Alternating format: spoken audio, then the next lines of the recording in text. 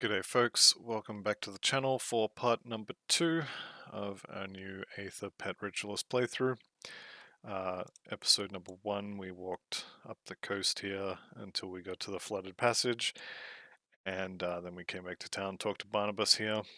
Now we fixed the windmill for him and it is pumping fluorescent green water, which probably not too healthy to drink. So he is sending us down this trapdoor here, which I opened previously, and just YouTuber things. I pushed the start streaming button on OBS instead of the start recording button, so we're doing this again. So we're going down here. You'll notice I have 4 archers now. At this point in the game, 4 archers is quote-unquote the dream. And unfortunately, the dream is over. Because we've got another level, we've got 3 points in Undead Legion. I'm not putting any in the bar for just now, because I want to get more skeletons. And every 3 points gets me +1 to the summon limit. So I can summon 5 max, and I'm still stuck with 3 at a time though. So I'm going to continue summoning them, and once you start pumping the Undead Legion, you're pretty much at the point in the game where you don't have any active skills to use, or maybe you still have, Frostbolt or whatever the cold skill is called. But you don't really have any impactful skills to cast yourself, and your skeletons are strong enough to pretty much kill things while you just walk around and pick up loot. Now, this particular stage of the game doesn't last forever. Later on, you will have to worry about things like where you're standing. You will have to cast damage spells to proc various buffs for your pets and whatnot. But for right now, the Necromancer, and to a lesser extent the Occultist, and not really the Shaman, but basically Necro and Occultist, you get to this stage sort of mid to 3/4 of the way through Act 1, where you can just kind of walk through areas and watch things die around you. Now, depending on what pets you have, or which version of the skeletons you get, this will be more or less. But it's good fun to just, walk through a dungeon and don't have to click on anything and just watch your XP bar go up. Some people might say this is a little bit boring. I say enjoy it while it lasts, because as I said, it doesn't last forever. Yeah, at the moment I'm just cruising through areas collecting XP for basically walking, but later on this definitely stops. You will have to cast spells for procs, you will have to make sure your face is not the first thing that the enemy sees, and just generally have more things to worry about. So at the moment, enjoy it while you can, I say. Now I'm losing skeletons here because I think they're standing in bad or whatever, but for whatever reason they're dying. So I'm just going to resummon them. We are unfortunately at the point where we have a lot of skeletons, but we don't have any of the items that let us summon more than 1 at a time. Veloth did drop her ring, which is, it's decent, but not really for this particular build. We did get the shrine, so again, putting it in here. That plus 15 spirit and defensive ability would have been useful to put this on, but alas, we didn't get it in time. And at this point, I've remembered that the last episode I said I was going to go and turn in these necklaces, so we're going to do that now. But Barnabas here has the ability to magically expand our inventory with this inventory bag. So we'll take that. Got another level. So +2 to summon limit is now +3, and all of our pets die again. But we are up to 6 now, which means the next resummon won't kill these. So we will have 2 archers and a mage plus whatever summons next. And no skeleton gear. No skeleton gear. These rings, Veloth's, where is it? Velos ring. Can spawn with some nice stuff on it. Typically speaking, it's not really something you're going to use. If you're playing a melee class with Necromancer, you generally won't be starting with Necromancer, so the Necrotic Edge was kind of like, yeah, it's nice, but you're not usually going to be able to use it at low levels. So basically this is a Nightblade ring, and the rest of it is pretty ignorable. Blue items, most of them are not going to be very useful for this build. How's our amulets looking? This is actually a pretty good amulet. Now the vitality and the bleed damage is worthless, but the health regen, and elemental resistances are pretty good. But it is very expensive, we can't afford it. And even if I did have the money for it, I would probably still not take it, because it would be replaced very, very quickly. So we're going to the Whitemire, we'll go to the Whitemire Rift, and then we'll take our necklaces to the west here. Remember to resummon your skeletons. So now I have 4 archers, a mage, and I guess we'll call this big guy a knight. This is a very good composition. The knights have an aura that will do damage, which is very useful early on. Less so later, but still pretty good. And the majority of the damage you want is archers. So this guy wants necklaces. And is that enough? Well, yes it is. So we thank him profusely, and we put our new ring on. So that 10% to Beastkin, that's worthless. I'm no longer really swinging at things, I'm not doing damage myself, and so that damage doesn't apply to the pets. So this is a resistance ring with some energy regen on it.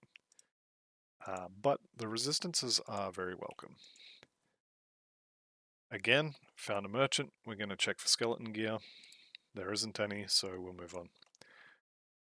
We are, what quest do we have? Meet Bourbon in the prison. He's going to send us up here. So that's fine, that's just some XP. Kill these two, they're going to be up here near the village. Actually, technically in the Mouldering Fields, but still near the village. And the apprentice, which is in the village. So, we go underground. And as I was saying in the other underground section, we're at this lovely point in the game where a pet necromancer can just walk through areas and watch his XP bar go up. And these guys are very unlikely to drop any gear that I'm interested in, and so I'm not too worried about leaving that behind. I'm going to stick mostly to the right. And the good thing about the mages is they'll cast a few spells, and then you'll run far enough away from them, and they will teleport next to you, and they'll cast a few more spells while you're running away, and then they'll teleport back to next to you, and it's just a really, really easy way to get through the game quite quickly while still doing large amounts of damage, still killing lots of stuff. This is the shrine we're here for, and it's another fighting shrine. And just like before, we kill everything, and it gives us a devotion point. There's another frozen heart. Right. These are the same armor, more physique, more health, some resistances. I'm going to replace those. Generally speaking, greens most of the time will be better than anything you have that's yellow. That's not always the case, but it is generally true. And we did get another devotion point, so this time we get some physique and some aether resistance, which is useful. We're just gonna kill any stragglers. Okay, mini boss time. This guy here, Ancient Shambler. If you haven't been, I won't say adhering to, but if you haven't been worried about keeping your health up, so say you're level 12 and you only have 900 health, which if you haven't been putting in points into physique, and maybe you only had 1 point in the bar and you maxed out your skeletons, and then you maybe put 4 more points in and just got a few points in spectral binding. The bar gives you stats, stats give you stats, and physique gives you health. This guy has an attack where he'll throw a rock at you and it does a huge amount of damage. I've had characters just die to that attack from full health to dead in one hit, so just be aware that those golems hurt. Now we picked up something interesting just there. The first thing we picked up was these boots, which I'm actually not going to put on because chaos resistance at this point doesn't help us. There's nothing in Act 1 that does chaos damage. I think actually that might not be true. There may be one mob in Act 1 that does chaos damage, and I'm not planning on going near him. So I don't care about that. Poison and acid I do care about, and movement speed I do care about. So I'm going to keep these boots for now. The thing we picked up though is the marrow band. This is a ring that you cannot guarantee you're going to get, but if you do get it, it's very, very good.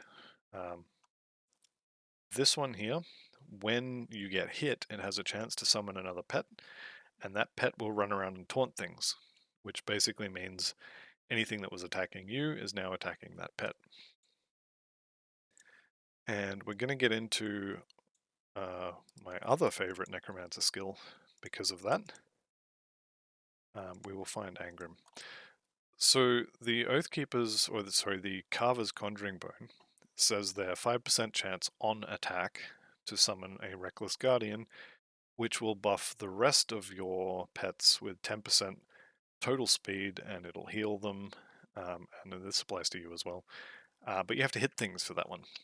So if you have a look at Spectral Binding here, it gives you flat Aether damage if you bother swinging your weapon, it gives you health, it gives you offensive ability. The mutator for it, the Spectral Wrath, retaliates. Actually, I shouldn't say retaliates because that means a specific thing in this game. It will attack things that attack you, which means if you have 1 point in here, it doesn't matter if it only does 1 damage. If you have 1 point in that, it will trigger this Restless Guardian, or sorry, the Reckless Guardian. And if you have the Marrow Ring, being hit will trigger the other one. So again, you can just walk around, don't have to attack anything, and if you get shot by, let's say, an archer, then Spectral Binding with the Spectral Wrath mutator on it will trigger both of those abilities for you, and so you will just have 2 extra pets. It used to be that it would be very rare for me to go through Act 1 without getting the Marrowband to drop. But then I kind of had a bit of a dry spell and I didn't see it anymore, and you really can't guarantee you're going to get it, but if you do get it, it's really good. You should definitely wear it, and yeah, I highly recommend it. Let's send the Skellies out to kill him. Alright, so for the blacksmiths, you have a choice. You have Angrim, who's this guy here, who's the actual blacksmith, or you have Duncan, who is the one who gave you the quest. They do have different recipes, they do have different buffs they give you when you're crafting gear. But in normal, you should always take Duncan.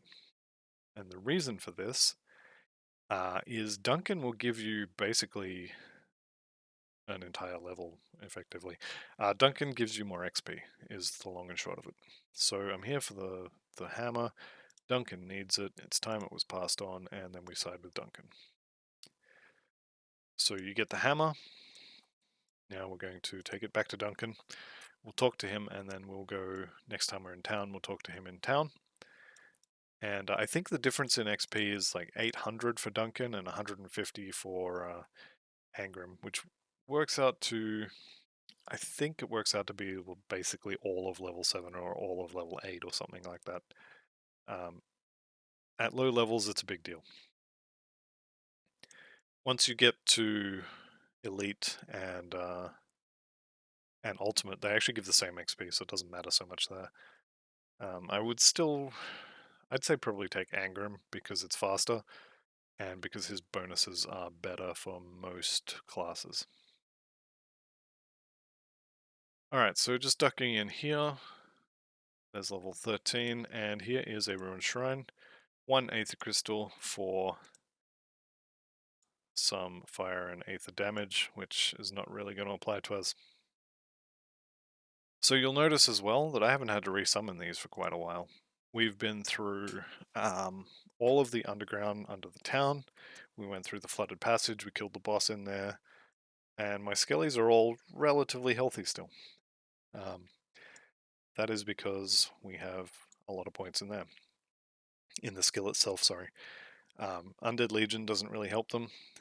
Will of the Crypt later on will give them vitality damage. It gives them elemental damage for your mages as well, but it's more there for the armor, I think, and the damage, I guess. So let's kill some of our skeletons. If you watched the previous playthrough with the two-handed physical Archon, you'll know that I actually skipped a lot of these in the early game. For a pet class, you don't have to skip them. You can just kill them, and they're... I won't say they're easy, but I only lost one skeleton. Unfortunately, none of this gear has any pet stats on it. You will get used to reading the pet stats and just seeing, is there wanderers, is there of caged spirits or caged whatever it is. You'll get used to spotting the pet stats. I'm coming up on level 14, and this is a really good mix of pets, so I'm not going to resummon. I'm not going to use the summon just for one pet, because they're all about to die anyway. So Olgrim is here. We'll tell him about the prison, and we'll send him back to town. He is here, and this is where the cave is that we got the previous devotion point from, and this is the portal. This is where Duncan is. So just up the road into the cave and around here to get to Olgrim. Then we head north. We're heading for the village. There is one more thing we need to do before... I need to take the long way around. Before we continue on from the village, we'll need to do a bit of backtracking. This is the path that I found works best for me. Others may prefer to do the backtrack part before they get to the town, but this is how I do it. Either option is fine. This is just my preference. Okay. This particular rift in the Burwich village is going to spawn 3 different waves of enemies to clear, and on veteran you will get 3, or the third wave will have 3 elites. I think on normal the third wave is only 1 elite, but regardless, we're just going to kill it, so it's fine. I'm not going to put points into any skills right now because we do have... That's only 2 this time, that's interesting. Because we are fighting these, as they die, I might... Yep. So we'll put points in there. Apparently I missed a level up along the way, so... I'm going to have to run around. If you remember in episode 1, I said if you put points into a skill, then your skeletons will die and you'll have to wait and resummon them. This is what I was talking about. It's quite painful. You really need to get like a critical mass of skeletons. Otherwise, they just pick them off one at a time. You can tell your pets to attack a particular target though. The nether crown is not really good for us, but we may end up using it for a little while anyway. Getting a lot of blues here. Okay, the marrow band, we can now put this on, and I think we are going to put it on instead of our resistant copper band. So we'll take that off. And we'll check some other gear as well. That is considerably more armor, so we're going to put that on. All of our skeletons, I think, just died. No, they didn't. They're still there. It's interesting. I expected them to die. We don't really care about the proc on this. The resistances are kind of minimal, and the boots we have are actually really good. So we'll leave the boots. This helmet is pretty good. The Aether resistance and the Ele resistance will help us, I think, more than the armor will, so I'm going to put that on. These gloves are basically a better version of the one we already had, and that's pretty much us. I'm going to not put these on actually. I'll do it for now. Later on, I'm going to put soul shards on those rings, but for right now, I think we'll skip percent health. Probably best option we have there for now. Okay. So we have now maxed out on Undead Legion. We get +5 from that, so 8 is our new maximum. We've found +4 to raise skeletons on gear, so we're up to 20 out of 16. Now our next goal is 1 point in Spectral Wrath, and we will also get the Blight Fiend at the same time. So, let's continue on. This book here will allow you to skip a boss mob in Act 2 by fighting him in Act 1 instead. And it will get you... It's a rare crafting component. I want to say it's Blood of Chthon, but I think I'm wrong there. Regardless, it will help out get some XP. See this little the lightning dog here? This is the Marrowband pet. At some point I took damage from it doesn't even matter what, and there's a 20% chance that that pet will be summoned if you take damage from any source pretty much, and it will taunt things for me. And otherwise just damage. Okay. Valros the Malformed here is one of the 2 zombies that we were sent to kill. So we'll take him out. Here's the other one, Hagra the Tormented. They've torn our skeletons up a bit, so we'll just resummon, and it'll be fine. You will have to kind of get used to resummoning fairly often, especially early on before you start giving your pets resistances. Any kind of non-physical damage is going to do a number on them. So you just get used to check the number, check your cooldown. Only got 7, okay, we'll resummon them then. The more skill points you get into this, the less likely you are to get the basic skeletons, and the more likely you are to get the higher level, more advanced skeletons, we'll call them. So I've got 5 mages, 2 knights, and probably 1 archer there. 5 mages is a pretty big deal. You'll see when we get to the docks here, they will tear things up. Skeleton mages are...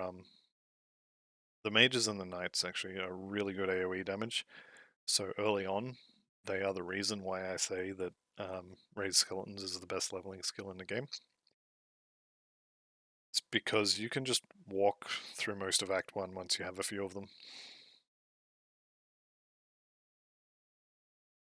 So we're coming up on the docks here, the abandoned waterfront. There's a couple of quest items here that we're going to pick up, and a lot of XP just standing around on the docks waiting to be collected. So we're going to have our pets collect the XP for us while we look through people's goodies. The weathered chests that glow are the ones you're looking for. They have fabric, not necessarily. So I discovered this in the last playthrough I did. There are certain spots that have these chests. This is, I think, not one of them, but I will open this in a second. I'm just pointing this out. This is a glowing chest. It is a weathered chest, and it doesn't have the fabric in it. All of the chests that have the fabric in them are glowing weathered chests, but not all of the glowing weathered chests will have the fabric in them. So, could also be here, or I don't think it's this one either. I'm wrong. One day I'm going to figure out exactly how that works. But could also be here or up here. Regardless, you're looking for 3 of them. They are always here. If you go back to town and get the quest, then they will show up on your map as a big star, and they're very easy to find at that point. Again, I just noticed I had 7 skeletons only, so I resummoned them. And I got the good ones, as it were. 3 more points in the bar. As again, we're heading to Spectral Wrath and Blightfiend. We will be level 16 when we pick them up. The Blightfiend is going to be our tank.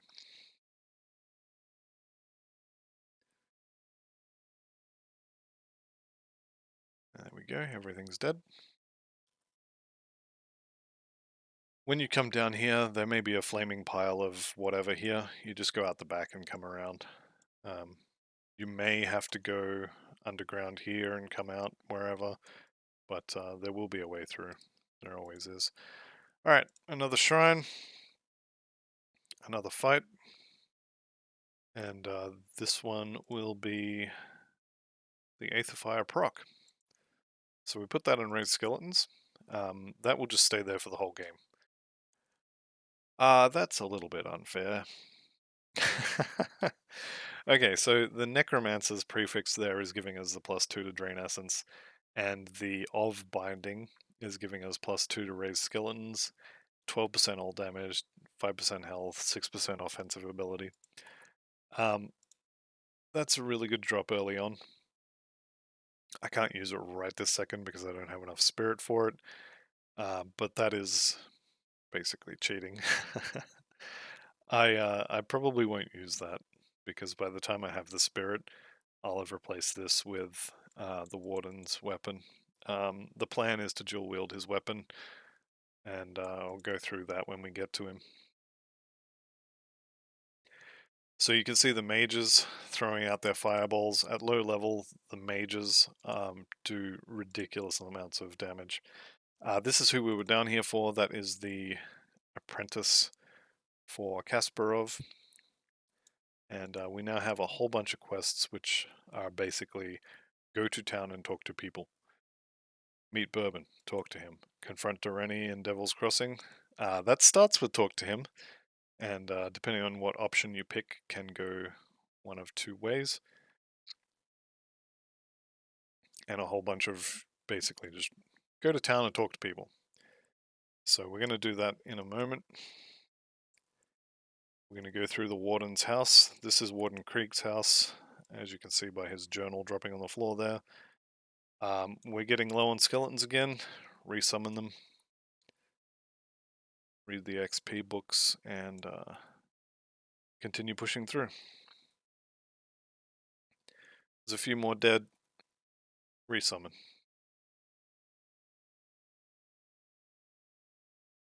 Generally speaking, if you're just walking past, you're less likely to lose your pets because they are constantly make an attack, oh, master's too far away, teleport.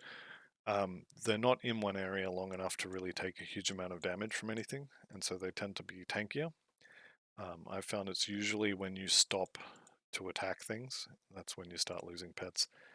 Right, so we talked to Darlet the Inventor, and she will let us,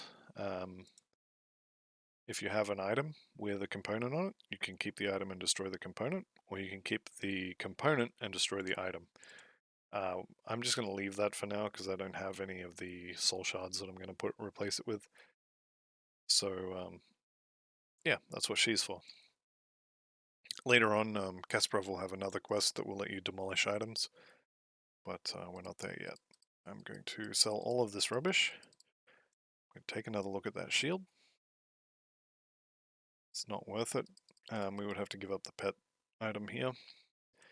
Check again for skeleton items. We have a ring. No, we have an amulet. We can't afford that, which is unfortunate. +2 to raise skeletons and attack speed is pretty good, especially considering what it'd be replacing. And the monster infrequent that we're going to be using for the build comes quite late in Act 3. Unfortunately, I've got a bad case of poverty and I can't afford it. We do have another weapon with +2 to skeletons. Again, we can't afford this, and we also already have a weapon with +2 to skeletons. Also, at this point in the act, if you do find a weapon, don't buy it. We're about to go fight the act boss, and we want his weapon, not some random item. Okay, Doreni. So the book I found near the portal, allows you to come and confront Durrani. Your options are basically to tell him his schemes are finished and his life is forfeit, in which case you will fight him and kill him, and you will be given, I want to say it's a Blood of Chthon, but it's a rare crafting component of some sort. Or you can go through the explain yourself, and he'll give you a sub-story and a key, and the key will open a door that has a pretty good pet weapon. For this playthrough, I am going to kill him.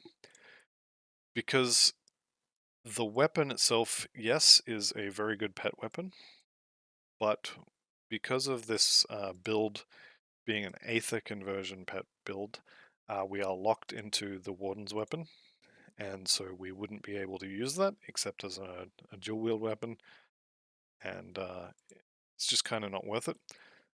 Also, you can get the key that he gives you from another place. So Durrani was sabotaging us, and reputation, Blood of Chthon, and some iron.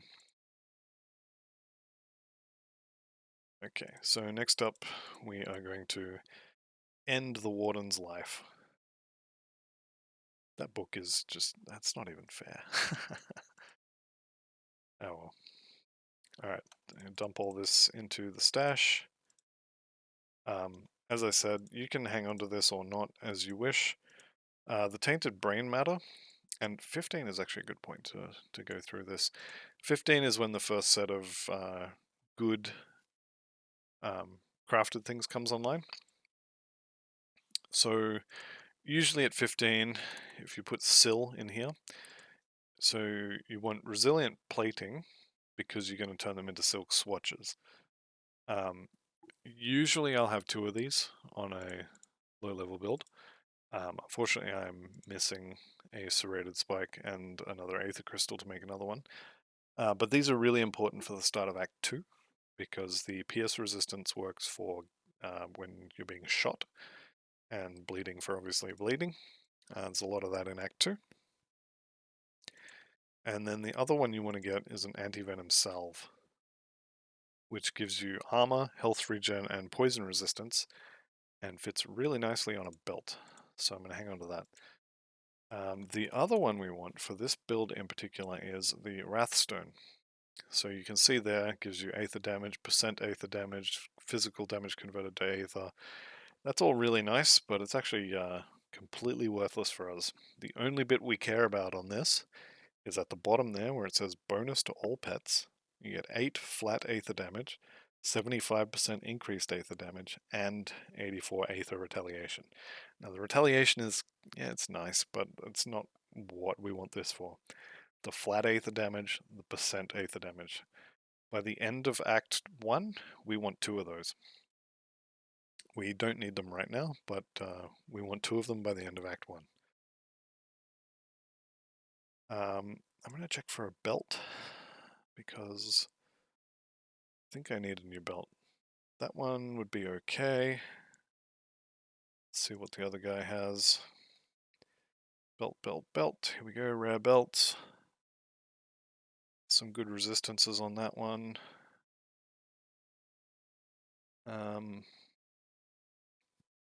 What are we replacing? Regeneration. Maybe we leave it for now. So I'll go to Dalit and take my existing belt. I'm just going to keep the item.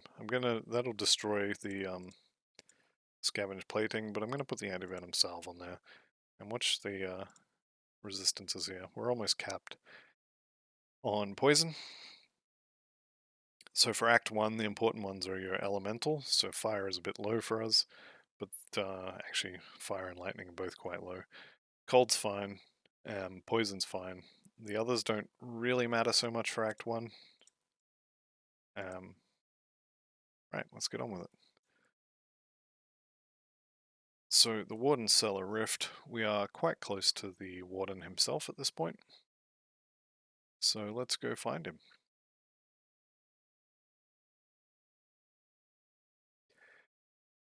The Warden's Cellar is home to the most well-known totem in the game. And I'll kind of demonstrate how strong this build is. I'm going to just go and do it. So we get 1 point in Spectral Wrath, which allows us to proc our Marrowbone Ring and our Carver's Conjuring Bone. 1 point in Blight Fiend. So now we have another pet. He's not really a tank at this point. Rotting Fumes is when he becomes the tank for you. You'll notice the third line there says generate additional threat. More points in here means more threat, and basically he will tank for you until you get the Briarthorn, and then they will both tank. Although the Briarthorn, I think, is a better tank overall. Although I have found that the Briarthorn does struggle to hold a whole bunch of things on him, whereas the Blight Fiend seems to be much better at it.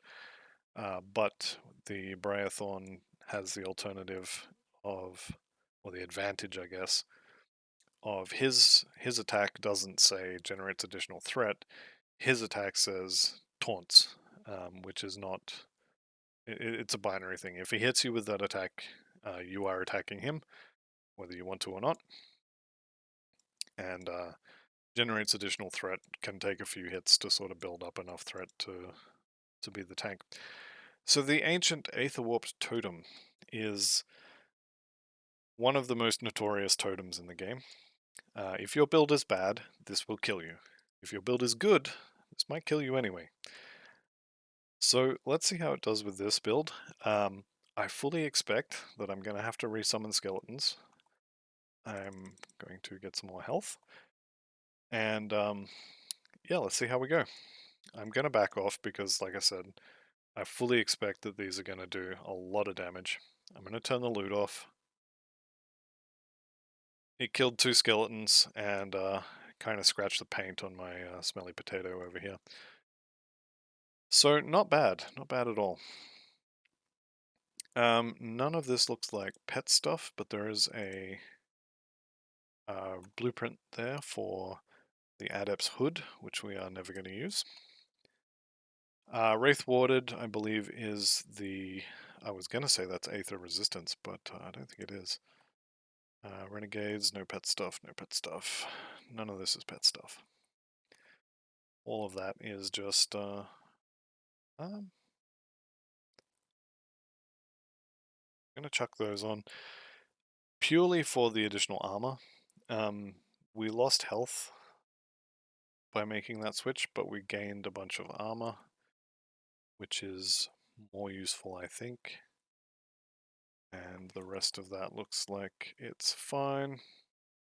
We're not going to replace the ring. Alright, so we resummon our pets and we continue on. As I said, that totem oftentimes is what I use to sort of judge how well a build is going.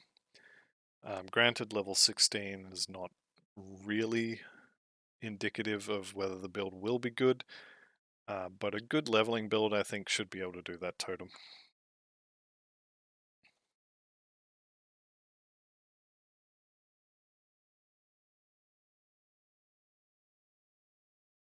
Okay, underground transit. And Banezal the Hellborn. So this is the last load screen for the act. There are a couple more areas for the act, but there will be no more load screens between now and when we finish. Resummon pets, kick the door in. I'm going to kind of speed through this area. I think regardless of stopping or not, we're going to be level 18 or so when we fight the Warden. Realistically, 16 is enough. Can do it with less, but I think 16 is good because it gives you the Blight Fiend. Dominators is pets. That is considerably better for us. That is a very large upgrade. It's over 100 additional armor, so we're going to chuck that on. These pants are considerably better as well. We're going to chuck those on. And I think now we're really looking for a upgrade for the boots. One way I usually check for what to upgrade next is I go to the armor rating section and I look what has the lowest armor. So at the moment it's our boots and our helmet as well.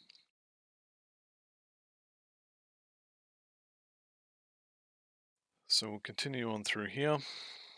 The underground transit has our final devotion shrine.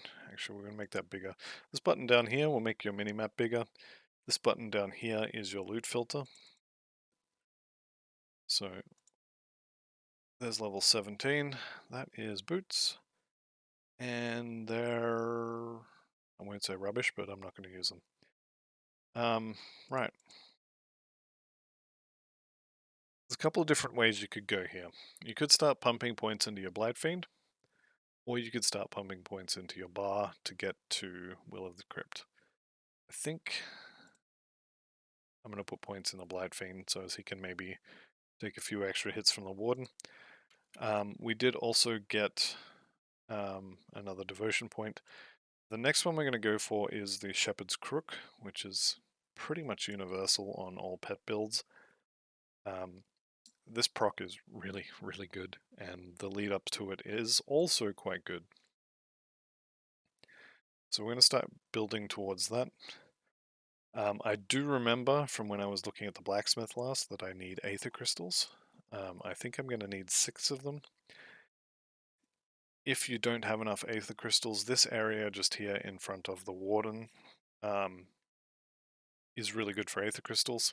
You can see we're just walking around and these pets are summoning themselves. That's from the additional damage on Spectral Wrath.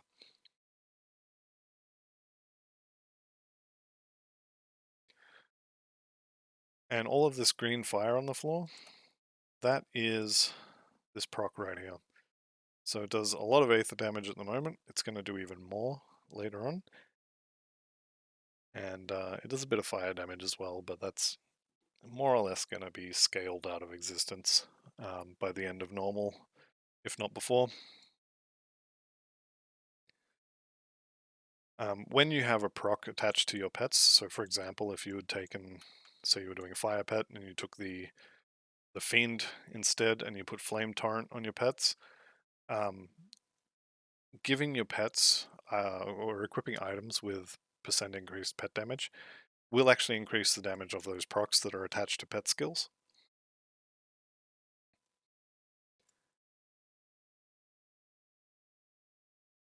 So we're just going to walk through here. Again, I'm picking up crystals.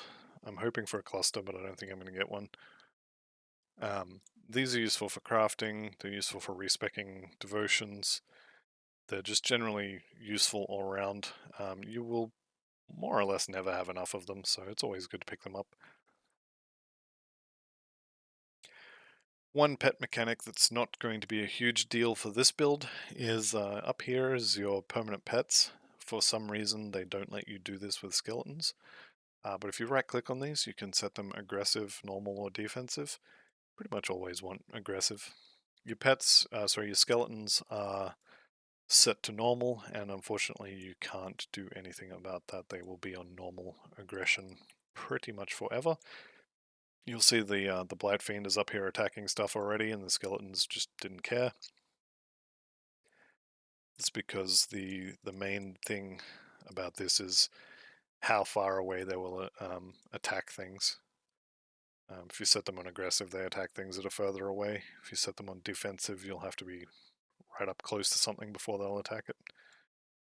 I'm just running around waiting for them to clear off these stairs. Now, the Warden's laboratory, there's a lot of stuff in here to point out. There's a one-shot chest in here that I'm going to skip because it's fairly out of the way. But if you are interested in it, it's over sort of here-ish. This one here, Gethran the Betrayed. I will kill him, he's very tanky. He's mentioned in Gethran's notes. So this living quarters section is kind of about him, what he did, and who he is. All those lore notes are actually really interesting. They really expand the feel of the world, and I do strongly recommend reading them if you're playing along. They can be quite creepy actually. There's a few that are really out there.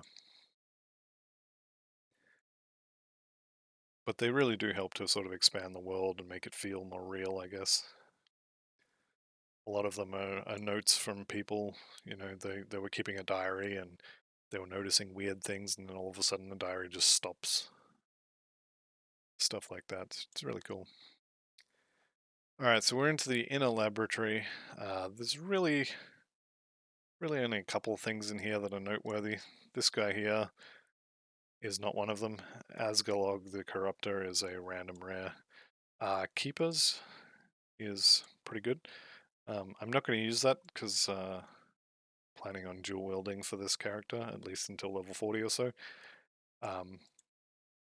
But Keepers is pretty good. It gives you a ward or a shield when you block, which can be quite good on other characters. Decent on this character, but I wouldn't say it's amazing. So the two areas in this underground jail section that matter are one here, Zambrant the Ascendant. He's always here. He's always good to kill. If you're doing any kind of farming or whatever, you'll kill him a lot, especially once you get to Ultimate and you're farming the Warden for gear. That's actually not a bad belt. I think I like the pet damage more though. And the other thing is these doors. So I'm going to resummon my pets. Skeletons I think are fine. I'll keep those for now. I am going to put pet attack back on my right click. So when you're fighting the Warden, he has a generally predictable pattern of attack. He will charge to the player character. When he hits you, he will stop and then he will do a stomp, which will do like a big Aether AoE. You want to get your pets out of that because they will die. Then he will put his arm up and shoot a whole bunch of little bleeding projectiles at you. And then he will charge you again. And that's basically the pattern. Now, it's not 100% set in stone. It will depend on, do you have a pet in melee range? Well, maybe he'll do them in a little bit different order. But that's the general pattern. So we'll go say hi to him. The Warden has two forms. The first one is relatively squishy, doesn't really do much. He has like weaker versions of the attacks from the higher level one. Pay attention to how long this takes as well. I'm going to be doing a lot of running around. So here comes this big circle and all the pets are dead. Or at least hurt. I'm down to 2 skeletons. So it's definitely worth, when he charges, get your dudes out of the way. Try to be better about it than I was. And actually, he died pretty quickly this time. I was expecting it to take a bit longer.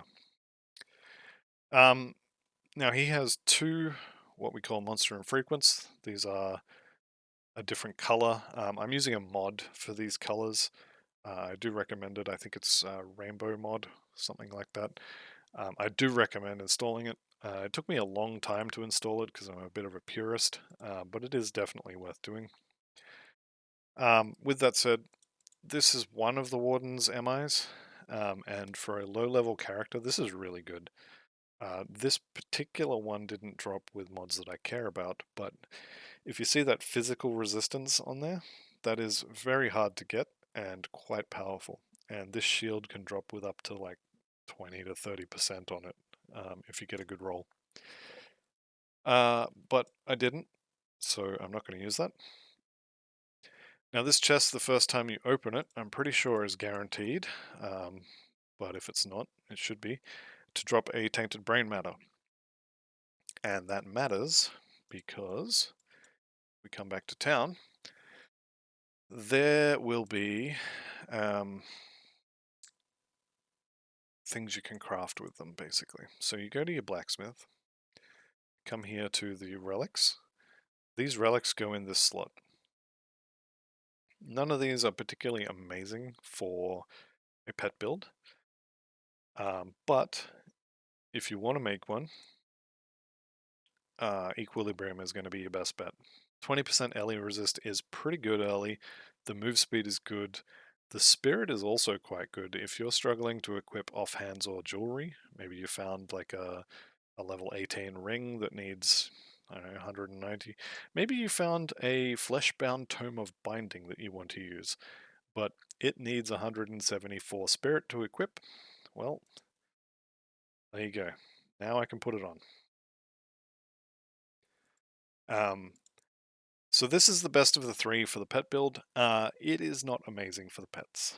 Okay, 13% elemental damage does nothing. The spirit, yeah, it's nice for equipping things. The move speed is good always, and elemental resistance is always good. That granted skill, when you get hit, it has a chance to stun things or confuse them. And the completion bonus is just a bonus for crafting things. You get different types of bonuses on different items, and different blacksmiths will also give you different bonuses. Again, stats, just nice to have. So, you need a tainted brain matter, and I'm pretty sure that chest in the Warden's quarters is guaranteed to give you one. If it's not, then it's very common. All right. So, unfortunately, when I killed him, he didn't drop his other MI, which means I now need to go and kill him again. That's a lot of armor. I'm going to use that, and I'm just going to sell. Give me that hat back. It's got pet stuff on it. It's got armor upgrades. Yep, we're going to use that hat. Okay, belt. Nope, nope, nope, nope, nope. We just sell all this. And as I said, unfortunately, he didn't drop his weapon, so I'm going to go back and kill him again. And I think I am going to keep this book, at least for now. The +2 to raise skeletons is pretty good. We're up to 22. We want this to be 26 eventually. Obviously not now, but yeah, eventually. The other thing that it's worth maybe doing, if you're going to kill the Warden, so you're resetting anyway, then come over here and just see if you can get a Conjuring Bone with +2. Because the Conjuring Bone it is actually better. If you can get a Necromancer's Carver's Conjuring Bone of Binding, I think for some reason in normal you can only get one mod on these. Thunderstruck, yeah, it's no good. But if you can get one with of Binding, or maybe a Wanderer's Carver's Conjuring Bone or whatever, it's probably going to be better than this book. I'm just going to walk through this, get through it as fast as I can. I've already got all these books. I don't care about them. Don't need the XP here. In fact, ideally, I would be not getting XP, because being a higher level means the monsters get harder, harder types. So at the moment, I just have to worry about them throwing poison at me, but later on there'll be other types of them that will be throwing different elements at me. Still got the cold ones, but these guys will be red later on. They'll do more damage. They'll summon additional reinforcements. There'll be more eyeballs and stuff like that. So XP is not really what I'm after here. And just in general, XP is not really that big of a deal in Grim Dawn. If you're doing all of the content, you will be max level long before you're finished the game. Typically, I will skip the Forgotten Gods expansion and I'll still hit level 100 around about halfway through Ultimate. This build, I think I'll discuss in the next video, actually, the faction reputation for this build, because it is going to be a little in depth. And if I don't get the weapon from the Warden here, I'm not going to watch you make me farm it. I will do it off screen and then tell you how long it took. Okay. 1 point in the bar, 2 points in Blightfiend, resummon. Let's go kill Warden. Actually, I'm going to kill the Warden off screen a couple times anyway, because I want 2 of his weapon. So first form, bit of a joke. He dies really quickly. Second form, not quite so funny.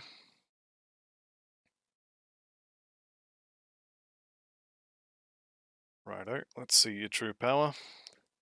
There's his stomp. So basically the trick with him is to keep moving and resummon things as needed. And generally you want to stay out of melee range and keep moving sideways, don't just run away from him, you know? You don't have to move your pets, but it definitely helps. Okay. This time he dropped both of his MIs, so I'm going to pick him up. Alright, here we go. Another shield. This one still only has 7% physical resistance, but it does have poison and Aether on it. This one only had the Aether. This one is better. This weapon. This is the main reason we kill him. So you can see all the stats at the top. Yeah, they're all very nice, but the ones you care about are the +2 to raise skeletons, the skill recharge, the +1 summon limit to raise skeletons. This means we now have 9 as our summon limit. So we gain +1 skeleton from this. And the other thing is, at the bottom there, the bonus to all pets. Now this one's not particularly good, because it only has 89% physical damage converted to Aether. And, I mean, we want 100%. But it does give Aether resistance and physical resistance also to your pets. Which are both good. So we will, or I will rather, reset and do it again. As I said, I want 2 of them, at least for a while. This one I think is going to be the offhand, and this is going to be the one that I don't keep. I will probably only kill him 1 or 2 more times just to get another one. We will be re-killing him in Elite to get an upgraded one, and then we'll be killing him again in Ultimate to get the final weapon we will use for the build. But that'll be about it for this video. So I will farm him a few more times off camera. You can see here 1.5 hours for Act 1. It's pretty slow, but I did spend a lot of time waffling. So 1.5 hours, you'll see how many times. I'll keep all the MIs and stuff, so you'll be able to tell roughly how many times I killed him, and I'll keep count. But yeah, thanks for watching. I'll see you in the next one. Bye for now.